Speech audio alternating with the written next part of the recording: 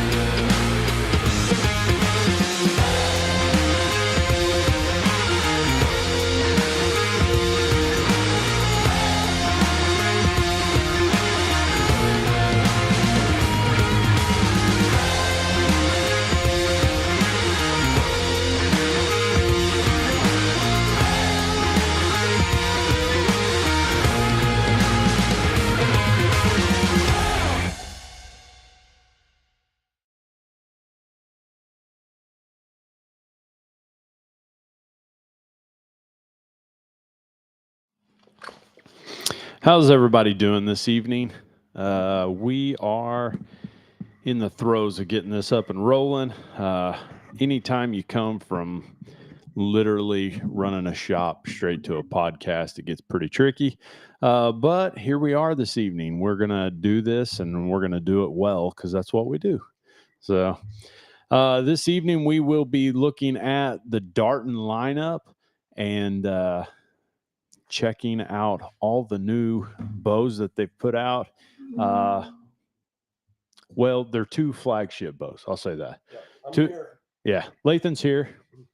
We're looking at the two flagship bows that they put out this past week. The Sequel 31 ST squared. ST Yeah. squared 2. And we will also be looking at the Darton 35 ST2. And both of those bows are pretty sweet bows. You got any ears on me? I've got ears on you. Yeah. I don't have ears on me. You can't hear me? Well, give me just a second. Let me turn you up, and I'll be right back. You talk to him. Can you hear me?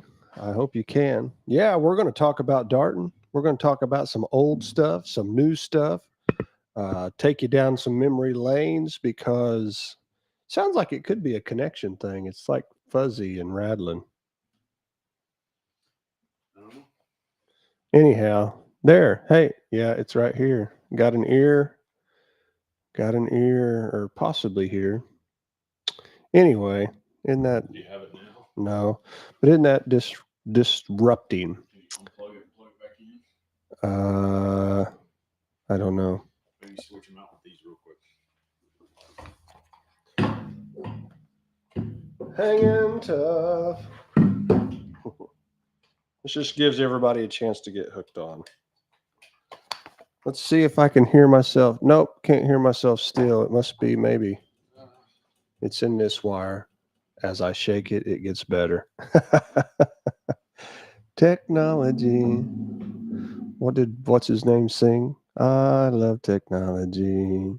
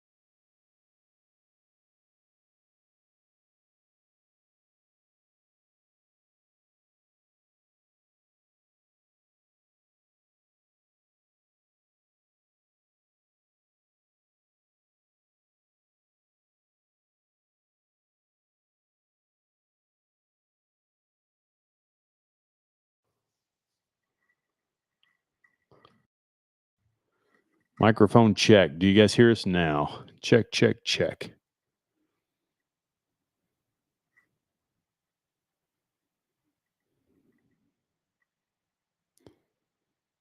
Can you hear me, fellas? What in the world's going on?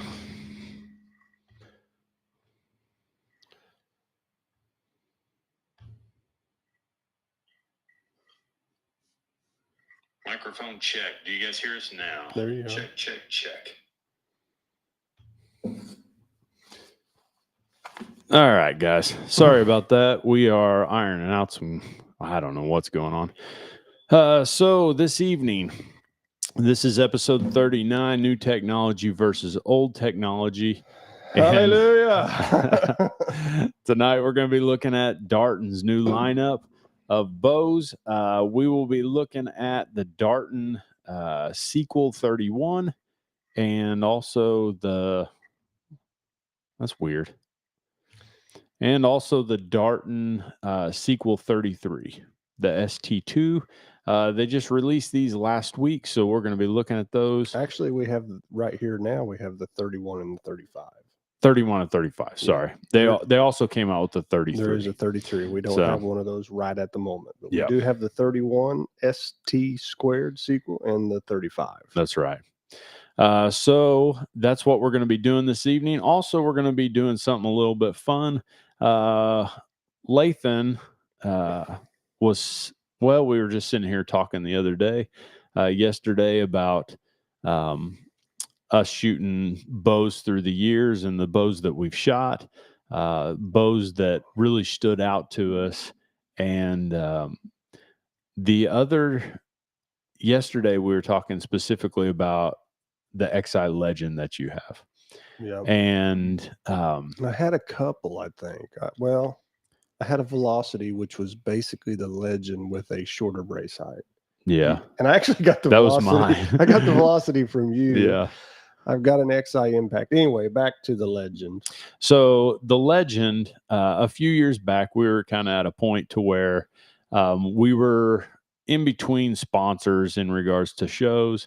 And so Lathan's like, you know what? I'm going to shoot this bow and just enjoy something that's old. We had a bow sponsor. We did, but we were waiting on. Yeah, they were. That's what we kind of came in. We kind of came into that game with those individuals late or something like that, and they were like, yeah, you're going to get a bow, but it's going to be a bit, and so that pushed me into going to the basement and getting the XI Legend, which is, I don't even know. I wish I would have looked it up. It's probably like a 91. Yeah. Hey, let me cut in just real quick.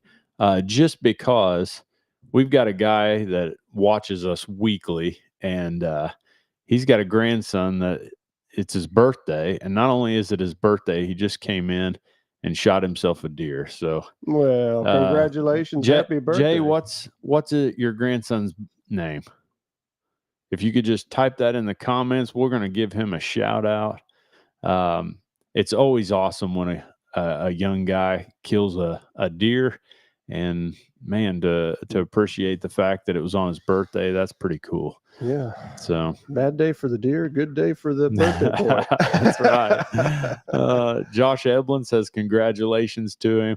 And I'm telling you, that's what hunting is about, making sure that we're all the time cultivating a younger generation that appreciates the outdoors, appreciates the finer things in life. The finer things. The finer things club. Some people have no idea that it is the finer things, but it is, truly.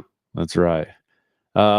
So keep telling us about that XI Legend. I've got a camera that I need to tweak, and I'll be right back. Yeah. So the XI Legend, I'm trying to think. I'm going down the road of remembrance here, but the XI Legend, the Velocity Extreme, the Legend Magnum.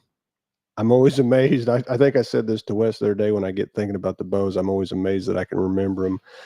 They were all very similar in nature, same cams, different brace heights and whatnot.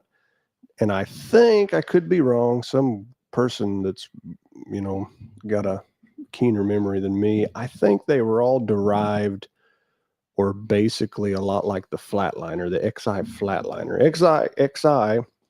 Some of you people may be like, XI, what in the world is an XI? Well, it was a bow company that is no longer with us. Rest in peace, XI.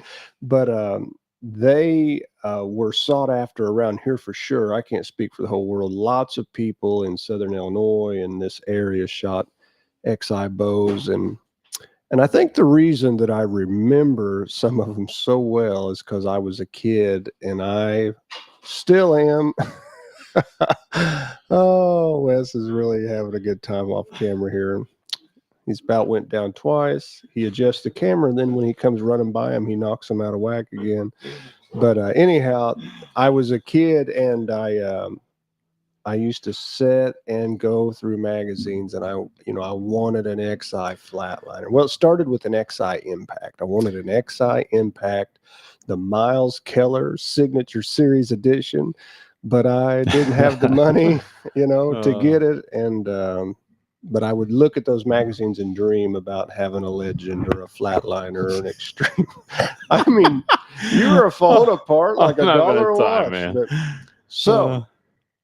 so Jay typed in his grandson's name, Dakota Wallace. Dakota, we just want to wish you a happy birthday. Happy birthday. And congratulations on your big deer. Yeah. Hey, man, it's awesome. If you're out there killing one, that's a great thing. Man, I went outside just right there before dark because I had to go out back, and I thought to myself, it'd be a good evening to be in the tree. I know. Some of you guys are probably just getting in or just thinking about getting in or getting down. And if you're tuning in, we appreciate it. So what are we talking about? We're talking about Darton. We're going to showcase some of these bows and some of their new features, but we got off on the XI. Yeah, we got off on the XI because we also want to look at the old technology, because yesterday we were talking about this bow. And this particular bow, Lathan has had a couple hunts that were just absolutely phenomenal with. Well, there's where we were going. Yeah. We were sponsored and we didn't have our bow. Yeah. So I brought the XI Legend out of the basement. Brought it out of retirement. And, it's kind of like, I don't know who's in retirement that needs to come out. But yeah, come on that XI Legend came out of retirement. And when it did, man, it came out showing what it was made of. So killed 2 good bucks. Yeah. 1 buck I'd chased for 2 years. Yeah. Really in his own class, a stud. Yeah, he was. Because it's still to this day probably one of the most muscled up deer, body wise, neck and shoulders. I mean, he was amazing. He was a liver king. Yeah, he was on the roids and he did ab injections. Yeah. But anyhow, he was a stud. I called him V6. Is one deer I named to some degree. Generally don't name deer, but he was a 6-pointer for 2 years.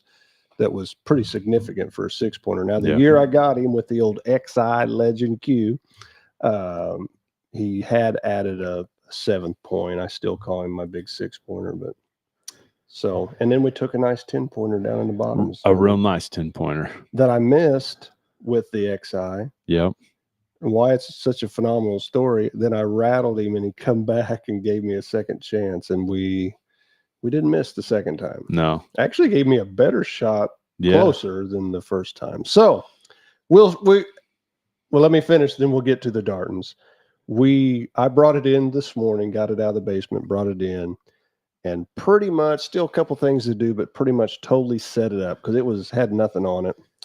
And it's set up real close to old school. So we're bringing it out of retirement again. I may take it. I'm not going to take it necessarily on every hunt. Yeah.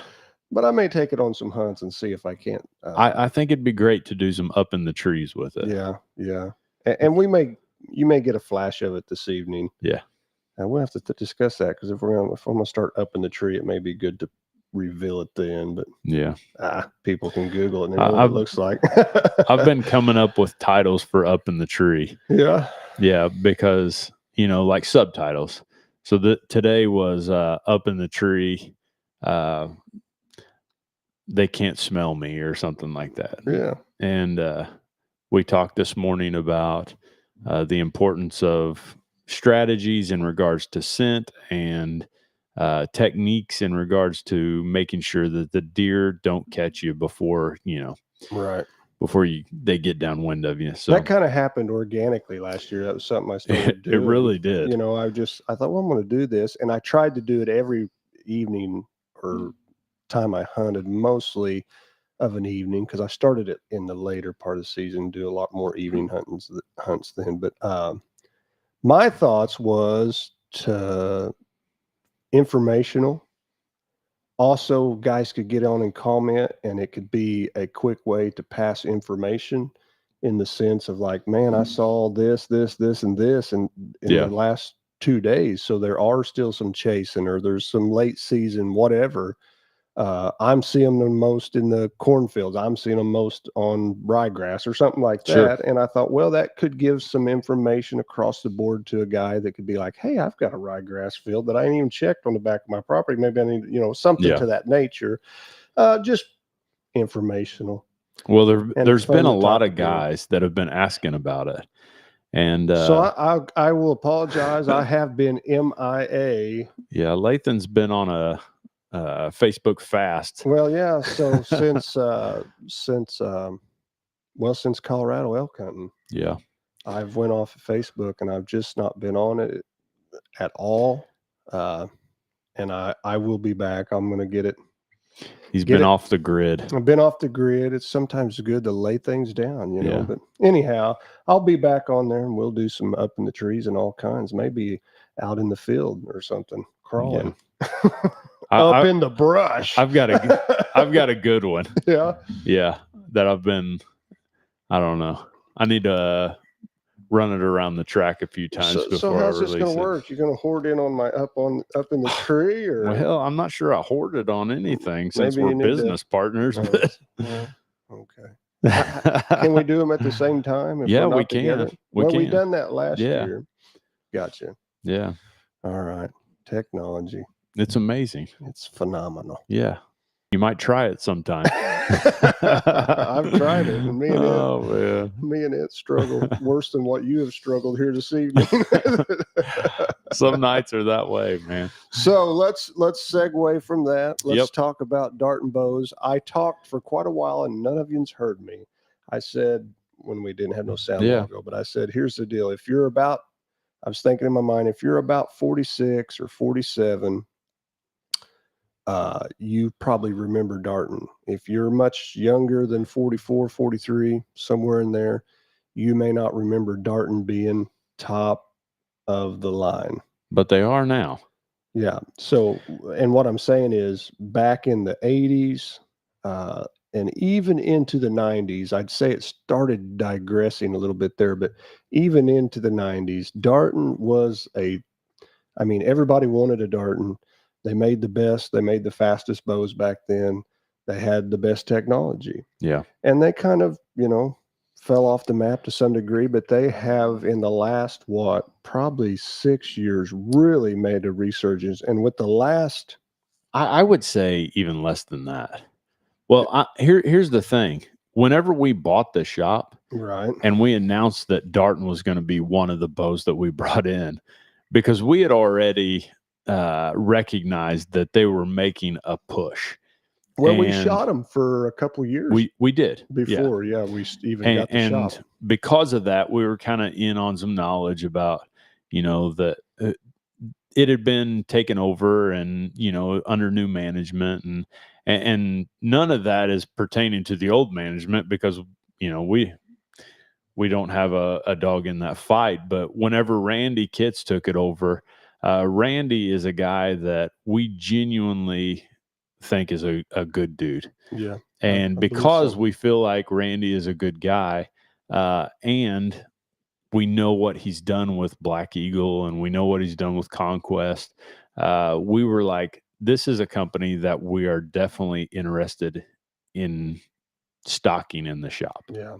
And Black Eagle being Black Eagle arrows. Yep. Conquest being quivers and stabilizers. Yes. So those three companies are sister companies. Correct, so Darton, Black Eagle, and Conquest. And all those products, they put out really good products. Yeah, I mean, I'm a Black Eagle guy. Yeah. I messed with basically all the arrows, and we mess with all of them. And I'm not saying the other arrows aren't super, but I just get along great with Black Eagle arrows. Yeah. And I would say this, the areas that for years I would be like, well, they could work on this. I feel like they have worked on that's that. for sure. I mean, I think they've addressed. Yeah. I think they find those areas, because they're relatively younger in the sense of a company as a whole. Yes, it's the equivalent of us taking over, Ultra Products, Right. and Randy took it over, and he's kind of the new face of the business. Yeah. Um, So just every year you're looking to make things better, and they have. It's kind of a joke. Darton has always had a lot of the technology on all these bows. sure. Darton had them first, or owns patents on them. So some people don't realize that. That shows you the engineering side of whoever sits behind that desk. I don't know who it all is. I've Yeah. heard some names, but anyhow, so they do that. But some of the stuff, like the stuff on this sequel, when me and Wes were talking about it when it showed up and they released it and we got to lay our eyes on it, I was like, it almost frustrated me because I was like, that is so awesomely simple and Yeah. makes so much sense. Sometimes, simple, you can get to Simple will elude people at times. Sometimes, we look so deep down the rabbit hole trying to find a way to make something better. It's like, oh, you're driving past the simplest right way to do it. Yeah, we over-engineer. Yeah, over-engineer. So, and over-engineering in some realms is okay. It is. Cams are, gosh, look at the cams nowadays. I'd have to say to some degree they're over-engineered because they wouldn't have to be that much, but it does make them better. Yeah. The way they machine them, cut them out, anodize them, all the stuff makes them better. But the couple things, if you haven't already seen them, and you may not even know what a Darton is, we're going to show you here in just a second. But the two main things that they done, I was telling you, just almost like, are you kidding me? I mean, I should have thought of that. It's such a good simple. Yeah. And it makes sense, and we'll probably explain some more of that here in a minute. So do we want to go through that? Because today Lathan set one up, paper tuned it, put a rest on it. That way, if a guy comes in, he can come shoot it. It's ready to go. And we wanted to really be able to give you our take on the bow. And we've watched, we've all watched MFJJ's take and how he breaks down the bow. For us, it's a little bit more simplistic in regards to how it drew, and I know that you were really happy with the draw cycle on it. Yeah, and it's basically the same cam as last year. So last year's sequel, in consequence, has an amazing draw cycle. I think they're in their comfort setting, I guess you'd say it. It's not what they call it. The regular mod. Gosh, there ain't anything any buttery or easy to draw. That's a word. Buttier. But smoother to draw and easy to draw, easy to let down, all those things. They don't take your shoulder out of socket trying to bring them back, and still maintaining good speed. So let's talk about the functions that they did change that are the big duh. That's amazing, but duh. Yeah. So it's going to be hard. Yeah. If you go to this camera, you can see it probably better. So everybody, I mean, this sequel bow, if you've got last year's sequel, this camera right over here is going to be able to show it. So if you've got last year's sequel 31, as far as the riser, to a great degree, the same. Cam, I say, is the same, except it looks like to me, and I think that one individual told us, a better anodize on it. Yeah. So a better finish. And then I don't know if that's laser engraving on all the markings and stuff. But yeah, everything's laser engraved. So the cam's relatively the same, except it's way more polished looking, way more the finish and the timing marks and the marks for your module and all that stuff is just way more crisp. Autom- you that makes it look better. We like to look better. Also, when you're working on it, that's nice to be very clear what you're looking at. Now, so that's the kind of the cam. The finish is better. The writing and the etching and all those things are better. They did introduce, I'm getting ready to go to the dub, but they did introduce, you can take the regular mod off. Every one of them comes with a set of basically speed mods. Yeah. Which is going to speed the bow up 6, 7, maybe feet per second. Yeah. Significant, 7 or 8 feet per second, depending on probably your draw lengths and all those things. But so you just switch a mod, you're going to add some speed to your bow. I did not get a chance. I wanted to throw the speed mod on and feel the difference in the draw cycle. Didn't get a chance today to do that. I'll do it soon. But from the reports that I've heard, it does not change the bow in feel drastically. Yeah. Now I will say other companies, there's other speed mods that yes, are other companies like my bow, you put it in performance right now and it talks to you when you pull it back. Yeah. It dumps hard. I learned to yours is a 70-pound bow, right? Yes. And I'm shooting an 80-pound Matthews, and I grabbed a hold of his bow and pulled it back at 70 pounds, and I was like, nope, not interested in that. It's just ornery. Yeah. I like ornery, I guess. But anyhow, that being said, this one supposedly, I can't 100% speak to it right now, but like he mentioned MFJJ, different ones said, didn't change it drastically. He said, I watched it and he said, I would for sure run it on the speed. Yeah. Because it wasn't that drastic a change. All right. That's the cam. Now the duh moment. So over there, it may be hard to see on this black bow and stuff, but so you have a limb pocket. Obviously this is almost not every bow. If you turn it like that, you can see it pretty good. Almost every bow nowadays is a split limb bow. Yeah. Which means there's 2 limbs instead of one solid limb. This is the limb pocket. If you hear somebody talk about the limb pocket, this is holding the opposite end of the cam, the limb in, locked in there. They have a good system back in here where the limbs are locked in with like a dowel pin, so it's never can pull out or nothing like that. But the dumb moment is, so they have put, so this is your limb bolt to turn your poundage up and down. Most people will know about that. It's right in the center. They've basically put just a semi-adjustable, another limb bolt on each limb here. So I don't know if they can see this. There's 2 holes there over each limb, and that same on bottom. I'm not going to flip the bow around, but same on bottom. And what it does is when you get set up, set the center shot, set the level, center shot, go in there, you shoot through paper. Right-handed people notoriously have a left tear. Yeah. It would seem. Not always. It depends on the bow, but notoriously would have a left tear. So let's say you got a tail left. Well, you put this on that limb. Yeah. Screw it down Very incrementally. I went real slow because I set it up today. Had a little, not a drastic, little left tear, put it in there, turned it down, did the same on the bottom. And what you're doing is just putting a little more weight. Yeah. It's brilliant. It little really more is. Weight on one limb. Well, people's like, well, whoop-de-doo, we've been shimming cams. Well, it's nice not to shim the cam.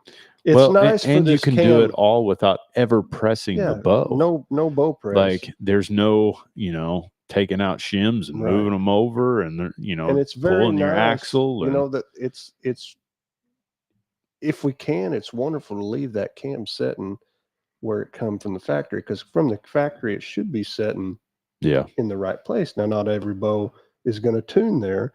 So instead of shimming the cam, instead of pulling axles out, instead of going through all that, pressing axles out, cam shim, that's, taking these shims out, come down here, depending on which side you put this on. And my mind goes blank right at the moment. I had a left tear and I've got it on the left side So maybe that's what it's supposed to be on. But anyway, someone smarter could tell me. I know that I could figure it out if I go in there. But anyhow, you put that little nut. If it's on this side, you move it to this side. I did like a quarter on the 1/4 when it took weight. Did a quarter turn, and you with the right arrow. I struggled a little bit at first, and I was like, I probably got the wrong arrow here, and I switched arrows, different spine, and started shooting. And man, I could watch it, and I played with it enough. Yeah. I would. You could watch it walk in. Yeah, I could turn it and watch the tear get less, and then I went on past just out of curiosity. Yeah.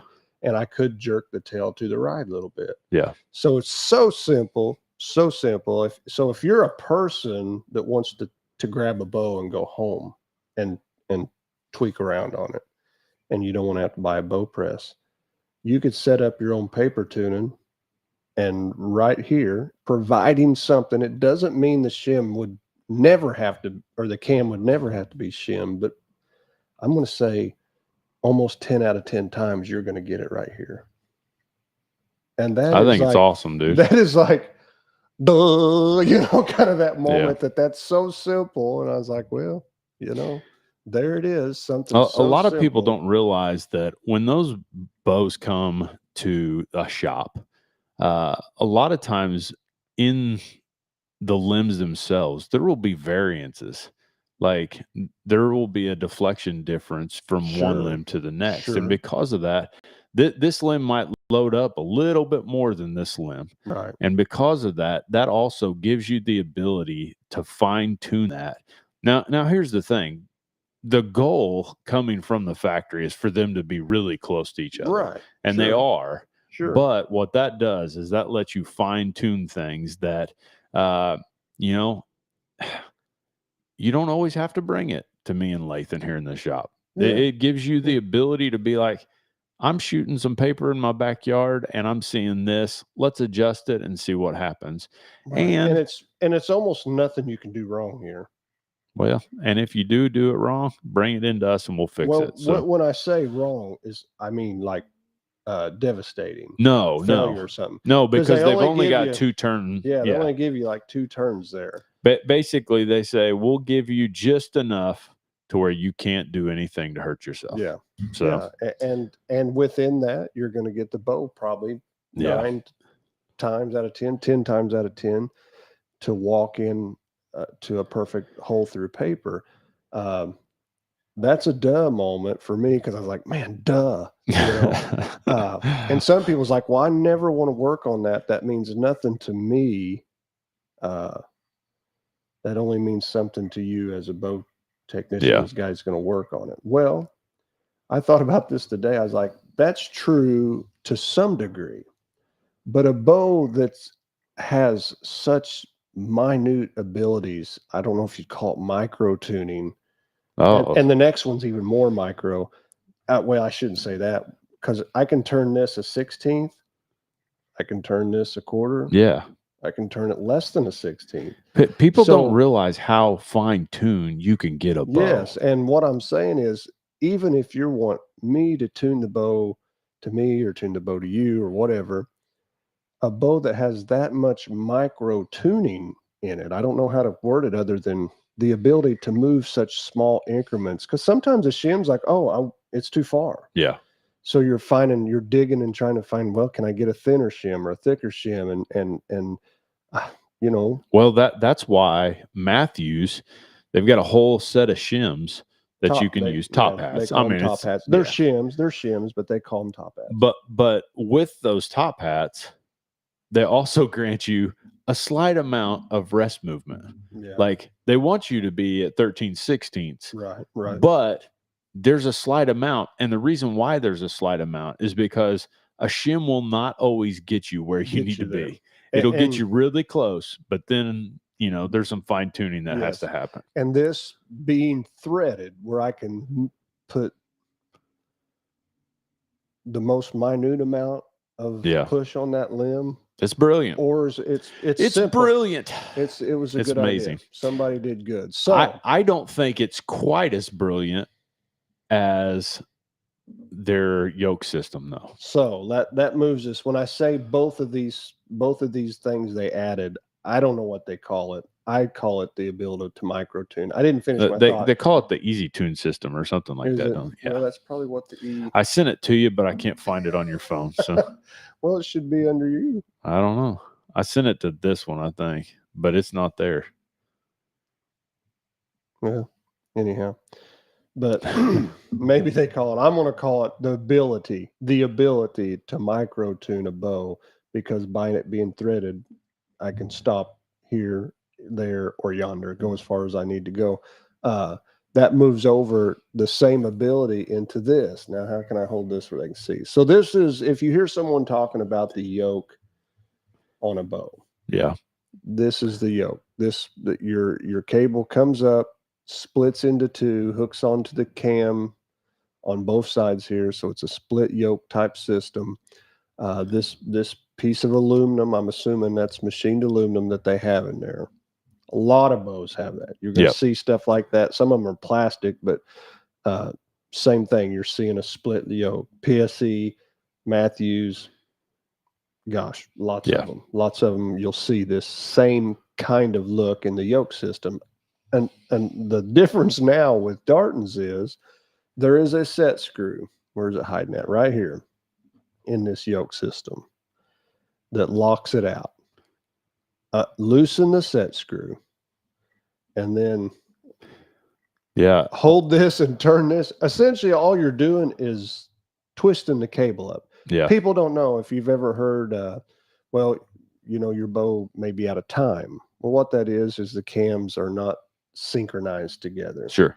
And if that's happening when you draw, one's hitting the back wall at a different time. So inevitably, there's a good chance when they get back to static, they're getting there at different times. Now it's happening so fast you don't know it. Yeah. But it can cause erratic arrow flight. So we need to time your bow. Well, what that normally would detail is us putting this in a press, pressing the bow, unhooking a cable, finding out which one needs to be twisted down, and you twist it down. I generally try to always go down because strings never get longer. So I generally always try to shorten them to get it in time. But so you're taking it all apart, and what that is I'm twisting that string down, that cable. It causes it to get a little shorter, which pulls the orientation of this cam one way or the other, which causes it eventually, if I do it right, to get them both hitting at the same time. Well, sometimes it's the same thing. Sometimes a half a turn, you've been there. Sure. A half a turn is like, gosh, I'm too far. You turn back a half turn, you go to the other end, think, well, maybe if I take a half out of that, and and you're like, now I'm back to where I started, you know. Yeah. So what they've done, and others have tried it, but this one is so simple. You loosen the set screw on the top of this yoke. There's a little bitty set screw here. Got a little blue Loctite you can see they put on it. Keep it from walking. And the back side of this just turns. So I can loosen that and put a twist. I mean, I could do it this quick. Yeah. And I'm there. I mean, that's roughly that quick. I could have this bow maybe back in time. A lot of people don't realize the steps that are required in order simply to twist a string. You know, I mean, you got to put it in the press, and you got to crank it down, and you got to take it off and twist it, you know, appropriately, and put it back on. And sometimes that's a little bit of a fight, because when you pressed it, well, now the stop is in a weird spot, and you know, you can't quite get on the teardrop. And sometimes I think you deal with the fact that you've taken weight off the strings. Yeah. You've put a twist in them. You've thought, oh, I got it. You shoot it 3 times. You're like, oh, no, I don't got it. Because that string settles back in because you twisted it, and it's got to do a little bit of settling, you know. And you're like, oh, I don't got it. This, think about it. This alleviates that. You never take the weight off of the cable, and so you're getting the most accurate reading in the heat of the moment. It's going to cause, now, like, once again, that don't mean much to some people, but it's going to mean dollars in your pocket, because I'm keeping time basically when I'm working on a bow. And if it turns what would have took 30 minutes into 5 minutes, well, you're going to pay me $10 to get it in time instead of $25. Yeah. So it could Well, be, one it's thing great that- for anybody if they look at it from that standpoint. Well, one thing that I think is interesting that, like, one of the negatives of this style yoke is that you can't twist the yoke strings down to do, to manipulate the end of Cam the lean limb. and stuff Yeah. like they're Well, hard to well, yoke what to. they've done is they've taken the yoke system that has a weak point in that, and they fixed it down here. True that. Yeah.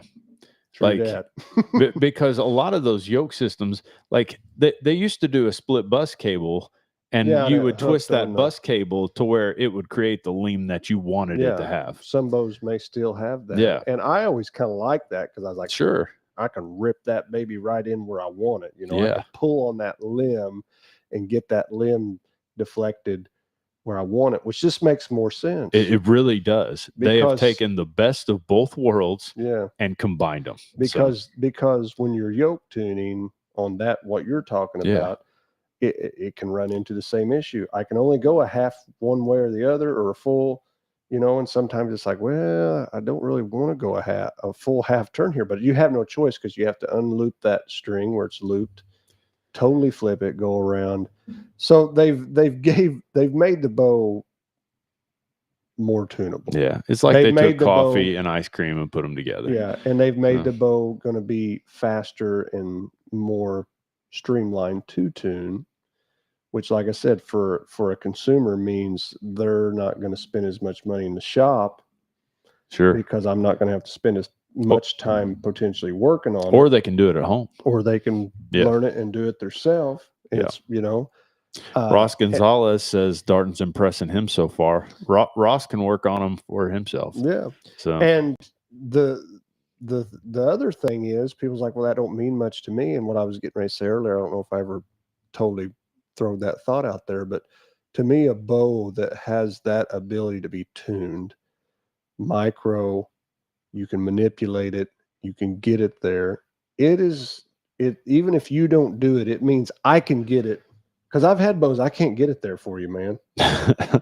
It don't have the doesn't have the adjustability. it doesn't to have make the it happen. tunability in it. It Yeah. doesn't have the You can get it close, Yeah. but you can just not. Like, there's some bows that they just don't have they will not go the there. tunability in them.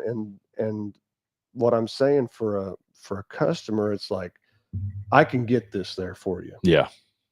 I can get this there. Well, not only can you get it there, but you can fine tune it more Micro, too. than a lot Yeah. of bows. The other thing they switched this year, I picked it up, and then you said something about it. Their side grips, I think they were just kind of a stamped out stick in thing. Yeah. Before looked fine, nothing wrong with it. Man, this one looks. If you're into looking cool, they machined it. The side plate is way cooler looking. I know you're not going to be able to appreciate it on the camera here, but just trust me, I've shot Darton for enough years. That one is, I like it. One thing I like about Darton, and I like that they do the natural strings. Yeah, they on their drawstring, they've got the natural string. One of their things with that is, you can help me, but it's basically no dyes, no color, no pigments in it, which don't degrade the string, which they believe you get a better string, Longer life on your drawstring. So, because that's kind of the natural color that they come in. Sure. And so there's nothing in there to I like degrade. that. I think it's cool. Yep. It looks cool. And I think they look good too. And I will tell you on another thing on Darton, since it's a Darton episode and we're praising them, and we love Randy and the company, and I think they're legit. Their finishes may be the best that I've ever handled. Yeah. I don't like their labels as good as others.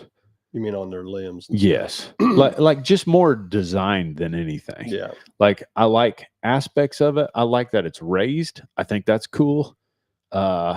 Because they do some type of, it is like some sort of gel. Yeah, it's a gel it's very printing or something. Yeah, it's done well. And I've never had one come in like oh, my label's falling off, or No, and I've had no. we've had bows come in, you can't even read the label on the Yeah. limb.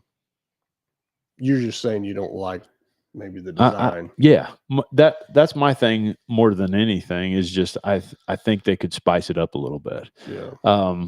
If I was going to also give an honest review, and this is across the board in the industry, it frustrates me whenever your adjustments for your draw length says 1, 2, 3, 4.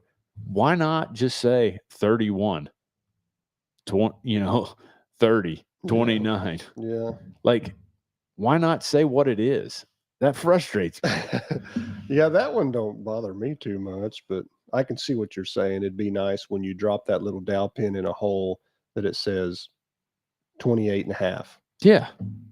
So you Like, just, it simplifies the process. If you're So- going to simplify it on the rest of the Right. bow, why not simplify it for? so when you're hammered down, because some people don't realize there's times in here where it's like, I've got 6 bows, 3 people standing waiting, one person looking over my shoulder, Yeah. and you're trying to get things Well, done quick. and it's like You've got some guy that came in that drove from an hour and a half or 2 away, and you're like, all right, let me jump on it and see if I can get it. So that being said, when you're hammered down trying to get a bow adjusted for an individual or something like that, I can see where what you're saying. if you've got to go, well, what are you? You're 29 and a half. Well, I think you're a 3. Yeah. Oh, no, you're a 3.5. Yeah. Like that just to me that just doesn't make sense. Yeah. Like, why not just call it what it is? And that's not a Darton thing. That's almost across the board. Yeah, mostly all of them. Some of them do have it. Some of them do have it. I don't because know. it's frustrating because you've got to constantly Google to be like, all right, the sequel goes to, because some of them go to 30 and a half, some of them go to 31, Right. So you never know what the Yeah, one stands for. Right. So you have to find out if this is a 31. Yeah. Or if it will go out to 31. Well, then the last mark out here is 31. Sure. And you can start counting back in halves. If this is halves or quarters, this is halves. I think it's halves. Yeah. So you count back, and obviously that's not a huge deal, but it can be when you're in a hurry. Yeah, but again, exactly what you just said. Is this halves or quarters? Well, there's some that are quarters. Yeah. So it's like, oh, brother. Yeah. Well, why not just call it what it is? Right. Yeah. If Darton, if you're listening to this, anyway.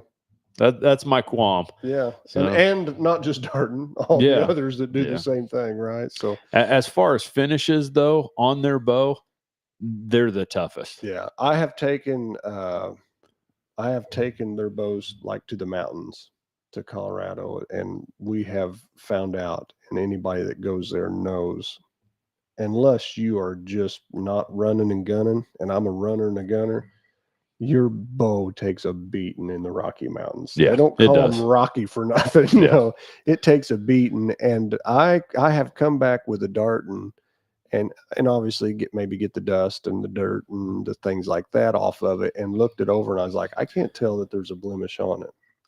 Their coating on their riser, I don't know. I think it's one of the best. There's a lot of bows you'll see after 1,000 shots, 1,200 shots, the handles shined off and the coating's coming off or something like that. And I've got a Darton. Well, we actually just Machine Extreme. Somebody's got it hunting with it. We got rid of it, traded it off, but that I hunted with last year, I guarantee there's 3,000 plus. Oh yeah, maybe more shots on it, and the finish on the grip is not. It looks like when it came in the shop. Maybe it's shinier from all the oils in my hand or something, but it is not gone. Yeah, at all. So their finishes are bar none. I put them up there from what I've seen, and we've had the ability to here for the last couple of years to work on a lot of bows. I put them up there with anybody. Yeah. And you once again, I like to back up what I'm saying with some good common sense. People's like, well, I'm not too worried about that. Well, you are if you sell it one day. Sure. Or trade it, because when they come in and the finish is all falling off and the handles shiny white and different things like that, it it affects the Yeah. look, The affects value. the value of it. Well, so. I mean, I can say this. I love Matthews bows. I shoot them pretty much every year, it seems like. We shoot all bows. Yeah, we do. But We're- I'm saying I really enjoy a Matthews bow. But that being said, Matthews finish is nowhere near as good as what the Darton is. It's not as good. I don't know And- what they call it. It seems like I talked to Randy at the ATA show and I bragged on him to him. Yeah. He said, well, they're the best. Yeah. And he called it what it was. And I don't remember, collar fused or something, you know. So to some degree, I think he was explaining it to me like this bow can actually take a scratch. And obviously I'm not talking like a 1/8 inch deep or 16th inch deep gash. I'm talking just a surface scratch, and the fuse it goes into it to a degree that it may not scratch through it. Yeah. So you're not seeing bare metal like Well, you would on another bow. I don't know why they don't use it for cars. Whatever it is, it's awesome. So, It is. It's almost like Cerakote. yeah. And maybe that's similar to what it is. And somebody from Darton, if they ever watch this, they could Sure. they could speak to that. Another thing that they did is they've got dovetailed for on the riser for your rest, which I think they did that last year. Yeah, didn't that they? was last year, but Yeah. I don't think they had those two holes like the Hamskis. Yeah. Certain rests need a bracket bolted on there. Yes. I don't think that. I could be wrong. I don't think those two holes can be hard for you to see, but they're there. So you got the machine spot for the integrates, like the QAD integrates. Do they have it on the front to where you can for like a pick rail? Yeah. No. That would be cool. No, they're still running the side mount, but that's really no, you know, that's. I do like their dampeners too. I think their dampeners are sharp looking. So. Yeah. So, you know, they've got the built-in the low dampener. You could obviously, some people want to run a stabilizer that low. You can take this one off, move it up here if you wanted to, and run your stabilizer down here. Do they have it's got the back. Yep, back bar for your back bar. So it's you know, it's I'm gonna go ahead and tell you it's right up there with the best. These bows are right on par with what you are conditioned in your head as a listener out there to say, well, that's the best bow because that's a Hoyt. That's the best bow because that's a Matthews. That's the best bow because that's a Bowtech. This sets right with them. Yeah, I promise you. And I would even say in areas for sure better. Surpasses them. Sure. Yeah. In tunability, no question. Yeah. I mean, the Bowtechs are very tunable. Yeah. You know, it's a different system. Well, even if you say ease of tunability, yeah, the ease of tunability, hands down. This, yeah. Now listen, this one does have a leg up on that one. Yeah. You know, I'm not knocking Bowtech. I'm just saying there is an element that this one has a leg up. Now, here's the deal. Come November, we might tell you, hey, that's not the case anymore because Bowtech and Matthews are about to release their new bows. Sure. And this is Darton's for this year. Yeah. So because that's the case, we might in a few weeks tell you, you know what, there's somebody who's taken the throne. But as of right now, they have the ease of tunability right now. I would say the award that's right. for ease of tunability. Yeah. So and if nothing changes, they'll set there at the top on that. These bows are stupid good on what they advertise their speeds at. Yeah. Matter of fact, Randy will say he don't like to call it, well, what's it IBO? No, he calls it what it actually shoots. Yeah. And I know watching MFJJ, he was amazed by that because he shot it and he's like, it's what the tag says. Yeah. So if you set this at 30 inches and shoot a 350 grain arrow out of it, whatever they've stamped on it, I don't have that right in front of me. I want to say it's like a 330 something. Whatever it is, they're telling you plus or minus a certain percentage because every bow is going to shoot a little different speed, but they're saying it is what it is. They call it actual speed. I think they label actual speed. Yeah. Actual speed is 334 to 335. With the speed mods, they say 339 to 341. You can also get the speed mods with a 75% let off And with that, you can go to 341 I to kind of like 343. that. I know I was watching Randy address. He's like, there's still people out there that want 75-pound mods. Why are they that way? But I think I might be, I think I might be one of those guys. I don't know. I swear that I shoot better. Well, with some more weight in the back. Yeah. You know, I think I shoot a little better now. If I ever have to hold that thing back for a long time, I may have been like, oh, I wish I had the 85 or whatever on there. But anyhow, it didn't matter for me this year on that elk, so I held it back as long as I could, and then the faculties gave out. So yeah. I could do a test one time to see what the difference is.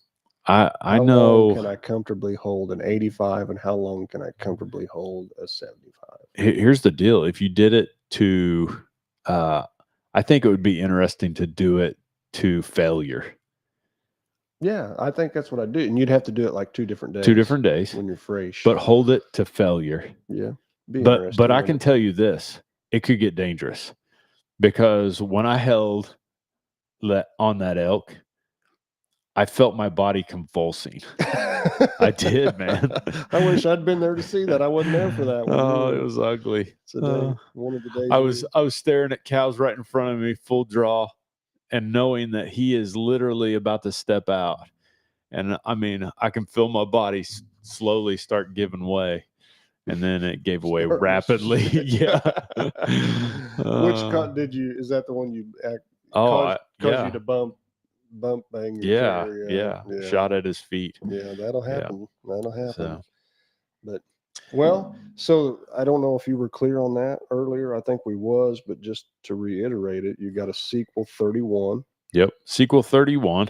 ST squared. They came out with a 33 as well. So and last a 35. Last year they had a 31 and a 33 Sequel. Yeah.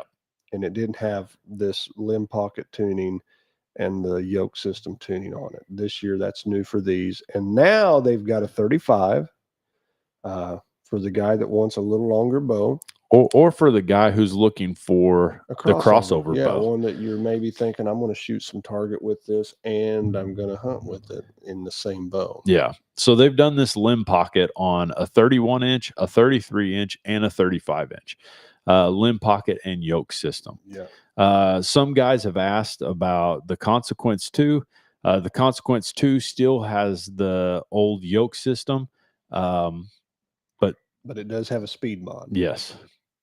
So great bow. Yeah. Great bow for $700 and some bucks. Yeah. Really, high brace height. Yes. Super forgiving. People don't realize when they look at that Consequence and then they look at this Sequel. I don't know how Darton did it, but they've got the same cam. A lot of times if you're stepping down that much in price, you're not getting aluminum limb pockets. You're not getting a flagship cam. Yeah. It's not got the bells and whistles that the Sequel's got, but I'm telling you, it's close. It's very close. And some people may prefer it, the feel of it. It's a shorter bow, 29, I believe. Yeah. One thing that they did too that was cool, they did a Folds of Honor edition where part of the proceeds goes towards Folds of Honor. I can't did that on the 35, I think. Yes. So if you order... they also have it on the 31. Do they? I think so. Oh, yeah. That's cool. Yeah. Because I'm looking here at the 31 and it has that as... they at least show it as the picture. Maybe it's on every one. Or you can order it that way. But anyhow, you get a different same limb, but different decal. It'll be a different decal. It says Folds of Honor, and there's so much percentage of that bow, right?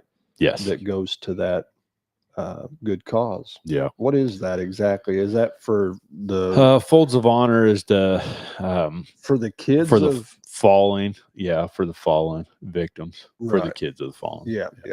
So wow. Or the families. Yeah, families. Okay. Yeah. Which is awesome. That's a good cause. Absolutely. About that, we would support that 100%. We're for taking care of our peeps that have served in overseas. They also have it in the XK7, which I really like. We've, had that in the shop of several times. It looks sharp. He had on the Folds of Honor too. It has the Army Yes, it does. One of the Army camos. The patterns, yeah. Yeah. Which is sharp looking, man. Cool looking. Yeah. Cool looking rig. So, way to go, Randy. Nice job. Randy. All right. So, speaking about those things and the technologies that have changed, do you want to break out your bow, or do you just want to save it for later? Let's get it out. All right. People would get upset if they let me pull my ears off for just a minute, and which not my actual ears, but these. Yeah. And I'll get this bow out of the way, and I'll move. Things could get ugly if you go pulling your ears I'll off. be right back. Jay, Ross, Rob, we appreciate all you guys tuning in. Josh Eblin, you guys are dedicated on here, and we appreciate it. Jason Surratt, Randall Jolly. We can't say thank you enough for you guys tuning in, and weekly there's guys that are regularly following, and we appreciate it. All right. Yes, we appreciate you. Thanks for watching. All right, let's take a walk back to let's not point that thing in my face. Like I said, I'll have to maybe do a deeper study, but let's take a walk back to the early 90s here. Yeah, for sure. Early 90s. Like I said, roughly set it up today. It's not finished, but it's tuned up, shooting good. Yeah. You'll see I have one arrow way shorter than the others because today I dug through the trailer. I found this little honey in there. Broke out the overdraw. Which is an overdraw. Some people will not know what an overdraw is. Some of you will. It was basically a rest you put on there to get your arrows dangerously short. Yeah. So I'm going to shoot. I did get this one cut and set. Going to probably cut all these. These are 2315s, I think is what I said. Yeah. XX75s, aluminum shafts. Got an overdraw. Found an old. I thought it was a Scott Mountain sight. Nothing says you're going home with me like cold aluminum through your body. I thought it was a Scott Mountain sight, but it's a bighorn. You know, that's definitely taken us back probably to the 90s. That was top notch though for the 90s right there. Here's the thing: if you're shooting a prong, I'm gonna shoot a prong, the old prong rest off of it. It will teach you how to draw your bow. That's for sure. Got the look at the cams on that thing. Hatchet cams, small in comparison today. We were holding this up to bows earlier. And got a 48 arrow quiver. We were holding this up to, it was a big thing back then. It's like, man. I need to go to the woods with 12 shafts, you know. Let's see if I can get that side of the bow to weigh more than the bow itself. But anyhow, what was I saying? We were holding it up to bows today, like new technology. And if you look at this thing, let me turn it around. Well, let me. The riser. The riser is, the limbs are almost as long as the riser. You can see where bows have went. Now we put way more riser on. Here, let's do this. Yeah. We put way more riser on a bow because these bows are very similar in length. That's the 35. They are axle to axle. They're very similar. They're in the ballpark of each other, but this one has about 16, maybe 17-inch limbs, and that one has about 9 or 10-inch limbs, maybe less. But short risers, long limbs, and through the years, they've learned that, you know, you go shorter limb, longer riser, you get a stable platform, you get wider limb pockets. You'll notice all the bows nowadays have big wide limb pockets. You're pulling across a wider surface, so it points better, they say. You know what would be interesting pairing? That Consequence was such a high brace height with an overdraw. Yeah. You know, the thing is with overdraws nowadays, where I don't know if they have the same value. Yeah, because the carbon arrows made up for the overdraw. Yeah. Because what you're losing in an inch of carbon arrow is not what you're losing in an inch of aluminum. Yeah, when you start cutting 5 inches off aluminum arrow, you're like, the GPI, the grains per inch, is so much more significant. That being said, obviously, if you make a shorter arrow, there are benefits to shorter arrows. They FOC better. Yeah. front of center. It's easier to get front of center on them, your percentage up on that. And, obviously you get a stiffer arrow. So you can maybe drop if you're going for speed, which that's the only reason to put an overdraw on. That was the purpose of the overdraw, to get bows faster. You can also shave some spine down, which gets a lighter arrow because it's getting shorter and shorter and stiffer and stiffer. That's true. Yep. So, I mean, I would say back in the day, they pushed some of these bows beyond what they should have. Yeah, probably getting close to like blowing them up because they were trying to get as light as they could. It's funny, they were trying to get as light as they could. Yeah, now now there's heavy. a big push to get as heavy as you can. I don't know. I'm sure there is middle ground there. A lot of people say, "Won't you just get in the middle and shoot?" And obviously, it makes a difference what you're shooting at, what game. I probably don't need a 560 grain or 70 grain arrow to shoot rabbits. So, but even that arrow, what is your cut one? Was it 530? It was 530 with a 125 grain head on it. Okay. But still, you're over 500. It's 500 grains with it cut as short as I can cut it. Have you tried shooting a carbon shaft since you upped your poundage? No. I mean, you've got to be up close to 290. Because I was shooting this big, heavy aluminum baseball bat of an arrow. You shot at 272 the last time. This one did? Yeah. Yeah. You had 272. We shaved it. So we got out of this old early 90s bow. And this is by no means a light arrow. No, it's over 500 grains. Yeah, so it's a killing machine as it sits right now. Something's going to die. I will say that it paper tuned incredibly easy. Yeah, remarkably well. I was like, oh, done. Yeah. Matter of fact, just set everything to center and shot it. We did. It had strings on it that have to be getting close to 20 years old. So I did dig through the string box and found a set of strings. They're actually, the strings that I put on it were a little short. We have a collage of strings. And tell me this, everybody out there, tell me this doesn't just look cool. It looks like Bob Folkrod, Roger Raglan, and Dan Fitzgerald all got together, and this is their bow that they, I mean, this is what we grew up watching. You literally outdated everybody that nearly watches except for Jay Wallace. Yeah. So. I mean, if you were watching Roger Raglan, Dan Fitzgerald, Bob Folkrod, Noel Feather, Jiminy Christmas, if you weren't watching them guys back in the late 80s, then you weren't watching hunting TV, because those were the guys. Yeah. I remember the first time on a Friday night, Lathan brought over a VHS tape, and we sat and watched Roger Raglan kill bucks. And I was like, this is incredible. Yeah. This guy's nuts. This guy's crazy, man. But I love it. Yeah. So that guy's made a lot I like of videos. Anybody who gets excited about the things that they're passionate about. So, I love what they did too in videos. I don't know if I think it's still a thing, but it's not the same. I mean, they picked a topic and made a whole video about a topic. Yeah. They were big on that back then. Well, I mean, I remember Roger Raglan had one on doing pushes and drives. Yeah. And that was the whole thing, you know? Yeah. Bitter cold bucks. So it was all about hunting in the coldest conditions for big bucks. Corn crazed whitetails. It's all about hunting in the corn, around the corn, all that stuff.